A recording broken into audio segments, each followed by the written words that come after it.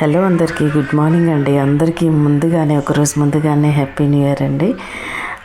ఈరోజు నా వంట వచ్చేసి ఏంటంటే, ముందుగా ముఖ్యంగా ఏంటంటే కూరగాయలు వండేటప్పుడు ఒక 2 సార్లు ఖచ్చితంగా అన్నీ కడిగి కట్ చేసి పెట్టుకోవాలండి. నేనైతే ఈరోజు ఉల్లిపాయ, టమాటా, అలాగే పచ్చిమిర్చి అన్నీ వంట చేసే ముందు అన్నీ ఇలా కడిగి కట్ చేసి పెట్టేసుకొని తర్వాత ఇంకా స్టవ్ ఆన్ చేస్తాను అనమాట. ముందుగా అయితే నిన్న చూపించాను కదా ఆకుకూరలు అని చెప్పేసి, అవి ఈరోజు కడిగాను. ఇది ఇలా కడిగేసి పెట్టుకున్నాను అనమాట. కడిగి పెట్టుకొని కూరగాయలు మాత్రం ఖచ్చితంగా కడగండి. ఎందుకంటే ఎక్కడెక్కడో కింద పడేసి ఉంటారు కూరగాయలు అమ్మేవాళ్ళు.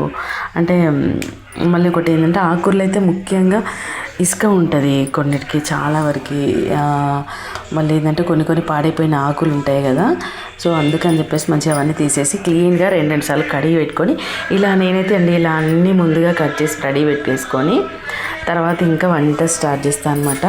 ఇది పొనగంటి ఆకు ఉంది కదా, దాంట్లోకి అయితే శనగపప్పు వేసి వండుదామని చెప్పేసి ఇది నిన్న ఉడకబెట్టి పెట్టినాను అనమాట. కొంచెము ఇదేదో చేద్దాం అనుకున్నా, అది అవ్వలేదు. కొంచెం పప్పు అయితే ఉంది. ఈ పొనగంటి కూరలోకేమో శనగపప్పు వేసి వండుతాను, ఈ తోటకూరకేమో టమాటా వేసి వండుతాను అనమాట. ఇంకా నేను కుక్కర్లలోనే వండుతాను అండి ఆకుకూరైనా, ఎందుకంటే కొంచెం మాడిపోకుండా ఉంటుంది. కొందరు అనుకుంటారు ఏంటంటే ఆకుకూరలు కుక్కర్లో ఉండడం ఎందుకు, గిన్నెలో వండితే సరిపోతుంది కదా అని. కానీ ఏంటంటే కుక్కర్లో ఉంటే మనకి మాడిపోకుండా ఉంటాయి అన్నమాట కూరలు ఏవైనా. మళ్ళీ ఏంటంటే ఒక విజిల్ వస్తే ఇంకా ఏవైనా కూడా బాగా ఉడికిపోతాయి. ఆకుకూర అయినా సరే ఒక విజిల్ వస్తే ఆ టేస్ట్ అలాగ ఉంటుంది అనమాట. నాకు బాగా అలవాటు అయిపోయిందండి, ఇలా కుక్కర్లో ఉండడం అలవాటు అయిపోయింది. సో